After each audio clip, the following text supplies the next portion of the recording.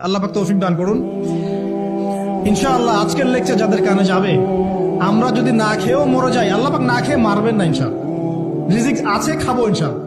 কিন্তু হয়তো বা অভাব হবে, টাকা পয়সা একটু কম হতে পারে, অন্যের 10 তলা ফ্ল্যাট হবে, আমার হবে না, ঠিক আছে, অন্যের এত বিঘা বিঘা জমি আমার হয়তো হবে না।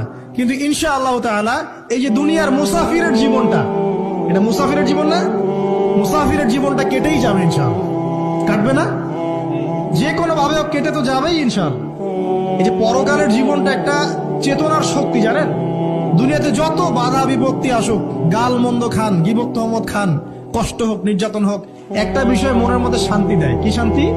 যে এই দুনিয়ার জীবনটা তো আর চিরস্থায়ী নয়, এটা তো আর সারা জীবন থাকবে না। ইনশাআল্লাহ এই অবস্থা আস্তে আস্তে পরিবর্তন হয়ে যাবে। ফাইন্না মাআল উসরি ইউসরা, পরকালে ইনশাআল্লাহ পাবো। দুনিয়াতে না পেলে কি হয়েছে, পরকালে পাবো ইনশাআল্লাহ। যুবক ভাই, এসব জেনা ছেড়ে দেন, আল্লাহ রাব্বুল আলামিন আপনার জন্য হুর রেখেছেন জান্নাত, ইনশাআল্লাহ পাবেন ইনশাআল্লাহ। এটা ছেড়ে দেন, সুদ ছেড়ে দেন, আল্লাহ পাক আপনার জন্য হাউজে কাউসার রাখছে ইনশাআল্লাহ, ঠিক আছে।